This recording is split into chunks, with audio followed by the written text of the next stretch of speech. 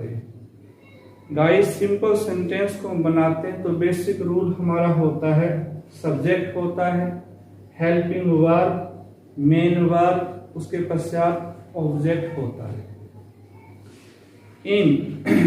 इस रूल के अंदर कोई भी हम वाक्य बनाते हैं तो पार्ट ऑफ स्पीच अवश्य ही फंक्शन करता है।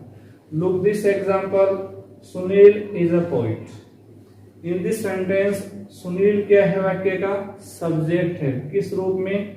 नाउन के रूप में। इज क्या है गाइस? वर्ब है। पोइट क्या है? नाउन है। सो पार्ट ऑफ स्पीच हर प्रकार के वाक्य में फंक्शन करता है। Look another example, she is a brave girl. Look this sentence guys. In this sentence she subject के रूप में प्रोनाउन है, is प्रिंसिपल वर्ब है, brave वाक्य के अंदर एडजेक्टिव के रूप में यूज हुआ है, गर्ल वाक्य में नाउन के रूप में यूज हुआ है। सो गाइस कोई वाक्य हम बनाते हैं तो हर प्रकार के वाक्य में पार्ट ऑफ स्पीच अवश्य ही फंक्शन करता है।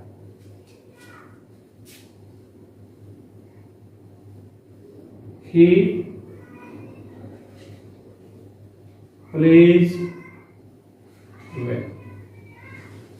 Guys, in this sentence he pronoun के रूप में, plays वर्ब के रूप में है, well adverb के रूप में।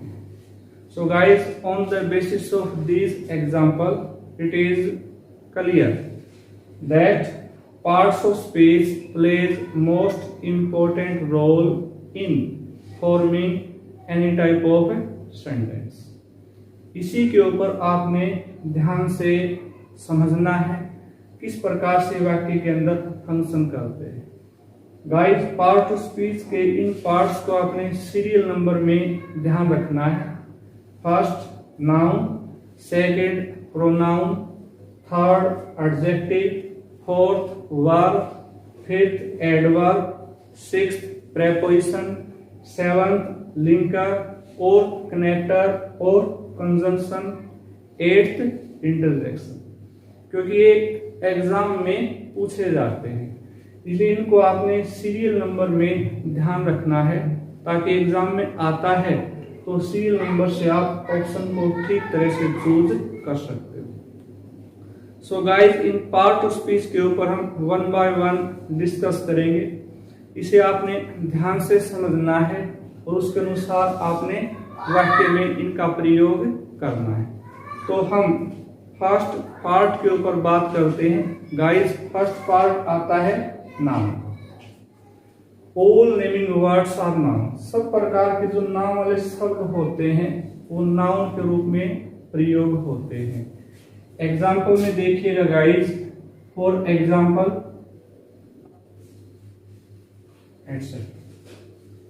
गाइस मोहित, कविता, हिसार, द गीता, ये ऐसे शब्द हैं जो नाउन के रूप में वाक्य में यूज होते हैं।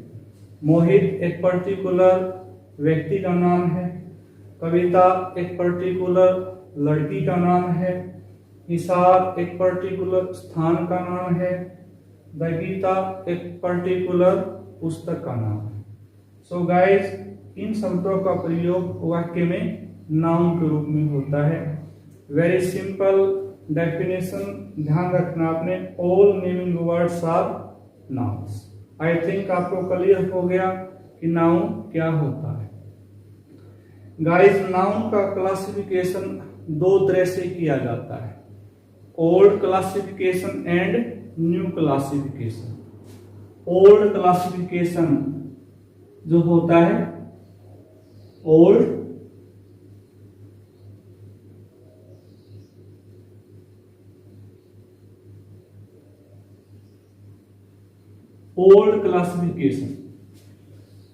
क्लासिफिकेशन के अनुसार नाउन 5 प्रकार के होते हैं। उसके पश्चात न्यू क्लासिफिकेशन आता है इसमें नाउन 3 प्रकार की होती है। तो पहले हम ओल्ड क्लासिफिकेशन के ऊपर बात करते हैं। ओल्ड क्लासिफिकेशन के अनुसार नाउन 5 प्रकार की होती है। कौन कौन सी होती है गाइस? भाववाचक संज्ञा। गाइस, ओल्ड क्लासिफिकेशन के अनुसार नाउन 5 प्रकार की होती है। Proper noun, common noun, collective noun, material noun, abstract noun. ये नाउन वाक्य के अंदर फंक्शन करते हैं। कंपटीशन एग्जाम में अक्सर क्वेश्चन पूछा जाता है आपसे, तो ध्यान से आपने देखना है किस प्रकार से आप प्रॉपर नाउन को, कॉमन नाउन को, या कलेक्टिव नाउन को, या मेटेरियल नाउन, या एब्स्ट्रैक्ट नाउन को पहचानोगे। तो इनको आपने डेफिनेशन के अनुसार ध्यान रखना है। वन बाय वन हम इनके ऊपर बात करते हैं गाइस। तो पहले हम लेते हैं यहाँ पर प्रॉपर नाउन। है guys proper noun. Guys, the name given to a particular person, place or thing is a proper noun। अर्थात वह नाम जो किसी विशेष व्यक्ति, स्थान या वस्तु को दिया जाता है या उसके रूप में प्रयोग किया जाता है, उसे प्रॉपर नाउन कहा जाता है। फॉर एग्जाम्पल से देखिए गाइस,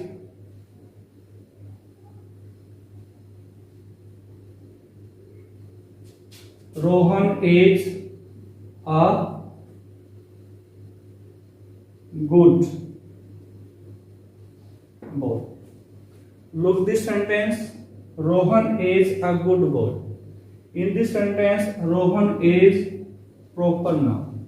रोहन एक अच्छा लड़का है। तो रोहन यहाँ पर एक पर्टिकुलर व्यक्ति का नाम है। तो रोहन क्या है? यहाँ पर प्रॉपर नाउन के रूप में यूज हुआ है। इसी प्रकार से guys,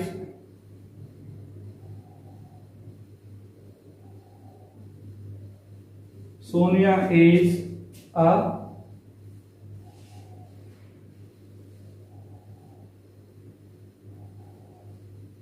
beautiful girl.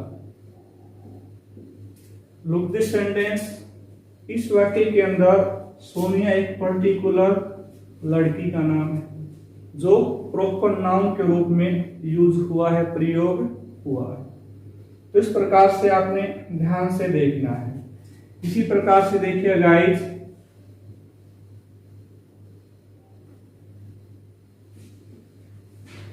Hisar is a big city.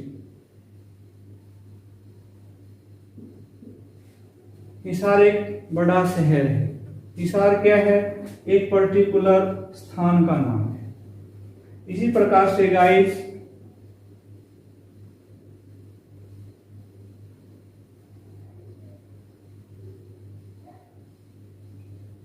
The Ramayan is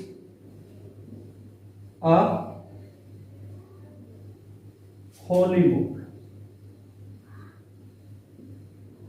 Ramayan एक पवित्र पुस्तक है। तो इस एग्जाम्पल के अंदर रामायण एक पर्टिकुलर पुस्तक का नाम है, वस्तु का नाम। तो इस प्रकार से गाइस, रोहन, सोनिया, हिसार, रामायण, ये सब क्या है? यहाँ पर प्रॉपर नाउन के रूप में यूज हुए। जो पर्टिकुलर व्यक्ति है, राकेश है, सुरेश है, रमेश है, कविता है, ममता है, अन्नू है, जींद है, पानीपत है, महाभारत है, बाइबल है, ये पर्टिकुलर व्यक्ति, वस्तु और स्थान के नाम हैं। इनका प्रयोग वाक्य में प्रॉपर नाउन के रूप में होता है। तो एग्जाम में आपसे पूछा जाएगा ऑप्शन के रूप में, तो अपने डेफिनेशन को ध्यान में रख के उसको पहचानना है कि किस प्रकार से आपने उसका यूज करना है। तो आई थिंक स्टूडेंट्स, आपको क्लियर हो गया कि प्रॉपर नाउन क्या होता है। नेक्स्ट पे हम बात करते हैं। नेक्स्ट आता है common noun.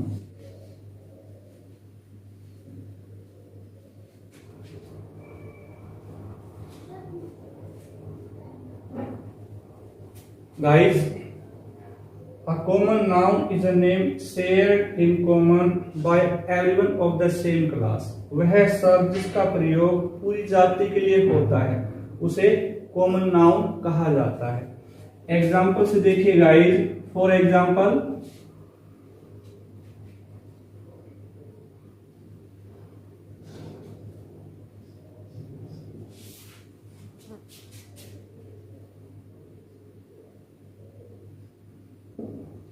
Sonu is a doctor.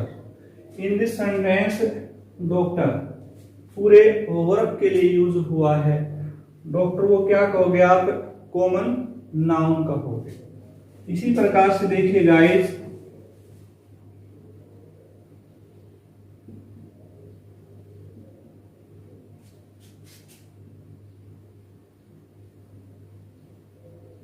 Sunil is a social worker. Sunil एक सामाजिक कार्यकर्ता है। इस वाक्य के अंदर देखिए guys, social worker common noun के रूप में हुआ है, क्योंकि सोशल वर्कर कोई भी हो सकता है और ये पूरे वर्ग को शो करता है। इस प्रकार से ध्यान रखना है कि वह शब्द जिसका प्रयोग पूरे वर्ग के लिए होता है उसे कॉमन नाउन के रूप में यूज होता है। डिस्कस करते हैं हम कुछ और शब्दों को। For example guide, teacher,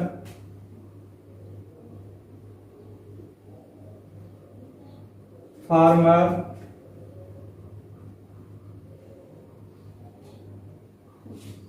writer,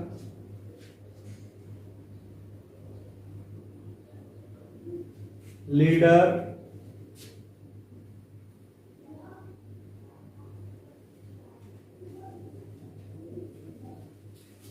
knowledge,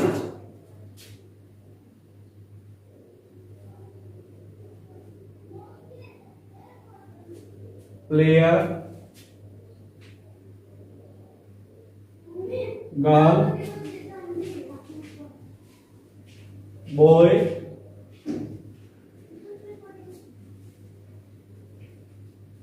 student, etc. Guys, इन शब्दों पे विचार करें। Teacher, farmer, writer, leader, knowledge, player, girl, boy, student. तो हम निष्कर्ष निकाल सकते हैं कि ऐसे शब्द हैं जिनका प्रयोग कॉमन रूप से किया गया है। टीचर अध्यापक वर्ग के लिए यूज हुआ है, फार्मर किसान वर्ग के लिए यूज हुआ है, राइटर लेखक वर्ग के लिए यूज हुआ है, लीडर नेता वर्ग के लिए यूज हुआ है। तो इस प्रकार से ऐसे शब्द हैं जिनका प्रयोग कॉमन वे से किया जाता है। तो ऐसे शब्दों को हम क्या कहेंगे? कॉमन नाउन कहेंगे। कॉमन नाउन का अर्थ किसी जाति से नहीं है। यहाँ पे जाति का अभिप्राय वर्ग से है, जो पूरे वर्ग को शो करता है।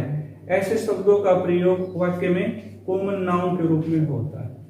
सो स्टूडेंट, एग्जाम के अंदर ऑप्शन में आएगा तो आपने ध्यान से डेफिनेशन को देख के और फिर उसके ऊपर विचार करके आपने ऑप्शन को चूज करना है, फिर आपका ऑप्शन गलत नहीं होगा। तो आई थिंक आपको क्लियर हो गया कि what is proper noun and what is common noun. तो आज की क्लास में हम यहीं तक लेते हैं। नेक्स्ट क्लास के अंदर हम आगे collective noun, material noun and abstract noun के ऊपर डिस्कस करेंगे। तो आई थिंक, मैं सोचता हूं कि आपको क्लियर हो गया कि पार्ट ऑफ स्पीच क्या होता है।